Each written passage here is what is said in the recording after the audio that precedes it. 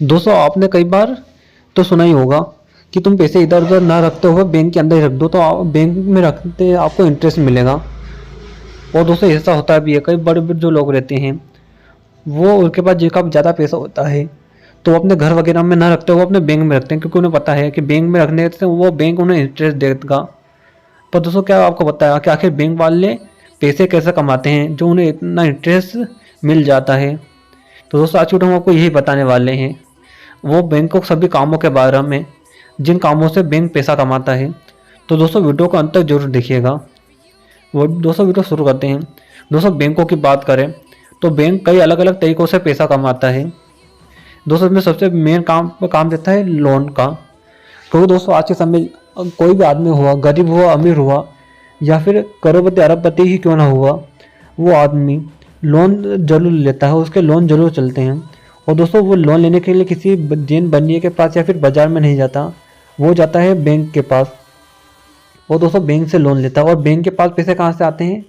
आपके पास से। आप जो बैंक में पैसे इन्वेस्ट करते हो, लगा जमा करते हो, उन्हीं पैसों को वो लोगों को लोन की तरफ देता है। और लोन से उन्हें जो इंटरेस्ट यानी ब्याज मिलता है, वही ब्याज उनकी कमाई रहती है बैंक की, जिसमें से जो जो उनके जो बड़ा अमाउंट रहता है, एक अमाउंट रहता है जो उसके रहता है, वो अपने पास रख लेता है। और आपके जो परसेंटेज के हिसाब से जितना भी रहता है इंटरेस्ट, वो आपको दे देता है। इस हिसाब से बैंक में पैसा रखने से आपको इंटरेस्ट मिल जाता है, कमाई कर लेते हो।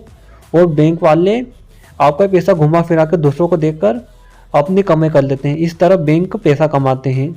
इसके अलावा भी कई काम है। दोस्तों आपके मोबाइल में एसएमएस तो आते होंगे बैंक वगैरह से, और दोस्तों ज़्यादातर उसमें एसएमएस ऐसे भी रहते हैं जो कुछ काम के नहीं रहते और आपको खोलते ही नहीं। पर दोस्तों उसके बाद भी आपको जानकर हैरानी होगी, उन मैसेजेस का भी बैंक चार्ज करती है। मतलब हर मैसेज का लगभग 5 पैसे बैंक चार्ज करती है। और दोस्तों इस हिसाब से जो बड़े अकाउंट रहते हैं, जिनके दिन में कई सारे एसएमएस होते हैं, उसका लगभग महीने के लगभग 25 रुपये तक उनका आता है। दोस्तों आरबीआई के गाइडलाइन के अनुसार किसी बैंक को इस एसएमएस के लिए चार्ज नहीं करने के लिए मना है, फिर भी ये बैंक वाले इस मैसेज के लिए चार्ज करते हैं, लेकिन जो कुछ काम के नहीं रहते।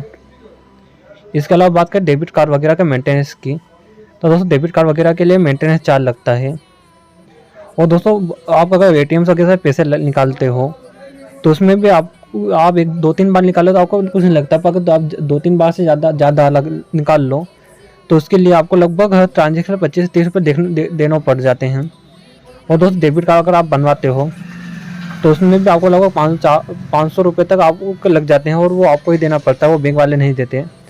और अगर डेबिट कार्ड वगैरह अगर आपसे खो जाए तो नया डेबिट कार्ड बनाने के लिए भी जो खर्चा आता है वो बैंक वाले आपसे ही वसूलते हैं। दोस्तों आपके साथ कई बार ऐसा हुआ होगा कि आप एटीएम से पैसे निकालने गए और आपको पता ना हो और आपने गलती से पैसे निकालने चले गए, पर आप वो फेल हो गया क्योंकि आपका अकाउंट में इंसफिशिएंट बैलेंस था, लेकिन वो आपके गलती से हुआ। लेकिन दोस्तों इसके लिए बैंक आपसे पैसा काटता है। हाँ दोस्तों, फेल ट्रांजेक्शन के लिए वो आपसे 20 रुपये काटता है और जीएसटी अलग रहती है। और दोस्तों ये सुनकर आप हैरान हो गए हो, क्योंकि आप एक छोटी गलती के कारण ये बैंक वाले आपसे पैसे काट लेते हैं। और दोस्तों एचडीएफसी और कोटक महिंद्रा जैसे बैंक एक फेल ट्रांजेक्शन के लिए 25 रुपये काटता है।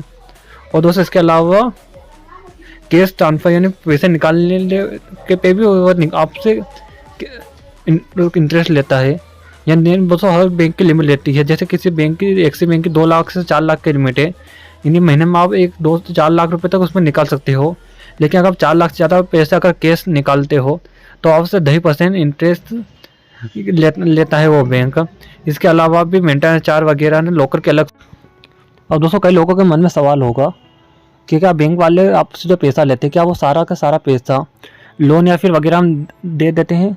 तो दोस्तों ये बिल्कुल गलत है, क्योंकि आरबीआई के रूल के अनुसार आप भले के पास कितना भी लोगों का पैसा हो, पर उसका लगभग 4% रेशो आपको कैश रिजर्व में रखना जरूरी है, 4%।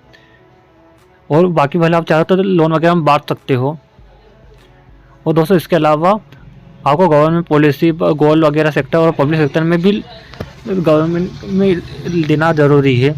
दोस्तों ये सब काटने के बाद भी बैंक के पास 75% पैसा और बच जाता है, जिससे उससे अच्छी खासी कमाई हो जाती है। अब दोस्तों बात करते हैं एक मेन सवाल की तरफ, जो लोगों को बहुत दिमाग में आता है कि क्या आप अपना खुद का बैंक भी खोल सकते हो। तो हाँ दोस्तों, आरबीआई इसके लिए परमिशन देता है कि आप अपना खुद का बैंक खोल सकते हो। और उसके लिए आपके पास लगभग 500 करोड़ किस होने चाहिए कैश। और दोस्तों अगर आपके पास 500 करोड़ हो तो आप अपने आरबीआई के पास जाकर अपना फॉर्म भर सकते हो बैंक खोलने के लिए। अगर आरबीआई उसके लिए अप्रूव कर देता है तो आप उसके बाद अपना खुद का बैंक खोल सकते हो।